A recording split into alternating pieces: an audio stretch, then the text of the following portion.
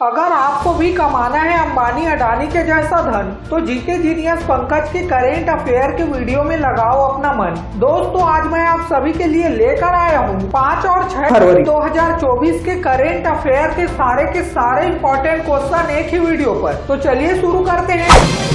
आज का पहला सवाल आप सभी के स्क्रीन पर है। झारखंड राज्य के नए मुख्यमंत्री के रूप में किसने शपथ ली है? ऑप्शन है हेमंत सोरेन, अर्जुन मुंडा, दीकूराम सोरेन या फिर चंपई सोरेन। अगर आपको इस सवाल का सही जवाब पता हो तो हमारे कमेंट बॉक्स में इसका उत्तर जरूर बताइएगा। उत्तर है ऑप्शन डी चंपई सोरेन। झारखंड मुक्ति मोर्चा मतलब जेएमएम के वरिष्ठ नेता चंपई सोरेन ने झारखंड के नए मुख्यमंत्री के रूप में शपथ ली। उन्होंने हेमंत सोरेन का स्थान लिया जिन्हें हाल ही में प्रवर्तन निदेशालय मतलब ईडी ने एक केस में गिरफ्तार किया। राज्यपाल सीपी राधाकृष्णन ने राजभवन में चंपई सोरेन को झारखंड के नए मुख्यमंत्री पद की शपथ दिलाई। तो अगला और दूसरा सवाल है भारतीय वायु सेना द्वारा एक्सरसाइज वायु शक्ति 24 का आयोजन कहाँ किया जाएगा? ऑप्शन है श्रीनगर, पठानकोट, जैसलमेर या फिर इंदौर में। उत्तर है ऑप्शन सी जैसलमेर। भारतीय वायु सेना 17 फरवरी 2024 को जैसलमेर के पास Pokhran air to ground range में एक्सरसाइज वायु शक्ति 24 का आयोजन करेगी। इससे पहले वायु शक्ति अभ्यास का अंतिम संस्करण 16 फरवरी 2019 को आयोजित किया गया था। वायु सेना की इस एक्सरसाइज में इस साल स्वदेशी विमान तेजस, प्रचंड और ध्रुव सहित 121 विमान भाग लेंगे। तो अगला सवाल है 67 Akhil Bharatiya police duty meet का आयोजन किस शहर में किया जाएगा? ऑप्शन है वाराणसी, जयपुर, लखनऊ या फिर पटना। उत्तर है ऑप्शन सी लखनऊ। 12 फरवरी से 16 फरवरी तक लखनऊ में 67 Akhil Bharatiya police duty meet मतलब AIPDM का आयोजन किया जाएगा। इस बार इस मीट की मेजबानी रेलवे सुरक्षा बल RPF द्वारा किया जाएगा। AIPDM की केंद्रीय समन्वय समिति ने इस कार्यक्रम की जिम्मेदारी RPF को सौंपी है। तो अगला सवाल जानने से पहले चलिए जानते हैं 5 और 6 फरवरी 2024 को क्या स्पेशल है। तो दोस्तों 5 फरवरी को है world Nutrela day. Nutrela hazelnut और कोको के स्वाद वाला एक स्प्रेड है जिसे पहली बार 1964 में इटली में पेश किया गया था और विश्व न्यूट्रेला दिवस पहली बार 2007 में मनाया गया था। और अगर बात की जाए 6 फरवरी की तो 6 फरवरी को है international day of zero tolerance for female genital mutilation. महिला जननांग विकृति के प्रति शून्य सहनशीलता का अंतर्राष्ट्रीय दिवस 6 फरवरी को जागरूकता फैलाने और लोगों को जननांग विकृति के कारण होने वाली परिणामों और समस्याओं के बारे में शिक्षित करने के लिए मनाया जाता है। तो चलिए बढ़ते हैं अगले सवाल की तरफ। केंद्र सरकार ने लखपति दीदी योजना के लक्ष्य को बढ़ाकर कितना कर दिया है? ऑप्शन है 3, 4, 5 या फिर 6 करोड़ रुपए।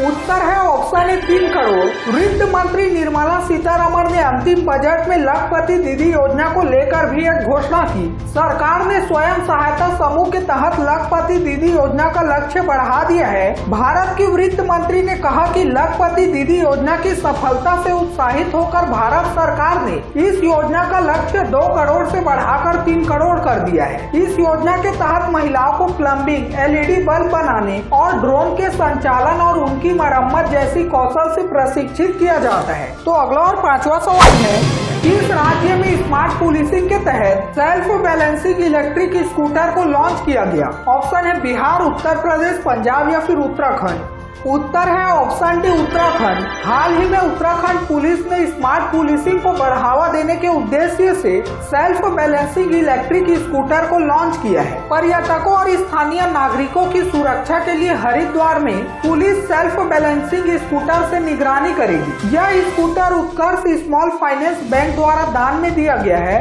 उत्तराखंड हिमालय पर्वत से घिरा उत्तरी भारतीय राज्य है। वर्तमान में उत्तराखंड के राज्यपाल गुरमीत सिंह और मुख्यमंत्री पुष्कर सिंह धामी हैं। तो अगला सवाल जानने से पहले अगर आपको करेंट अफेयर के साथ अप टू डेट रहना पसंद है तो इस वीडियो को लाइक और चैनल को सब्सक्राइब या फॉलो करके कमेंट में इस वीडियो के लास्ट में पूछे गए सवाल का जवाब जरूर दीजिएगा। तो अगला सवाल है न्यायमूर्ति PS दिनेश कुमार कर्नाटक उच्च न्यायालय के मुख्य न्यायाधीश के रूप में कब सेवानिवृत्त होंगे? ऑप्शन है 12, 18, 22 या फिर 24 फरवरी को।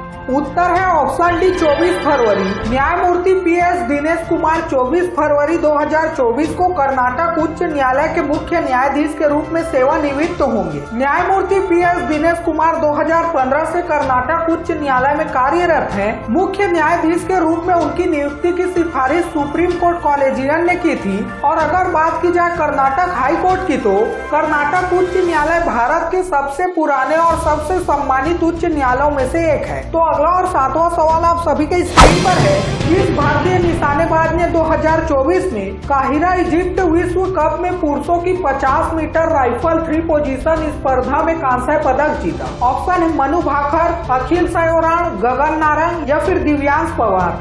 उत्तर है ऑप्शन बी अखिल सयोराण। भारतीय निशानेबाज अखिल सयोराण ने 2024 में काहिरा विश्व कप में पुरुषों की 50 मीटर राइफल 3 पोजीशन स्पर्धा में कांस्य पदक जीता। यह अखिल सयोराण के करियर का दूसरा व्यक्तिगत ISSF विश्व कप स्टेट पदक था।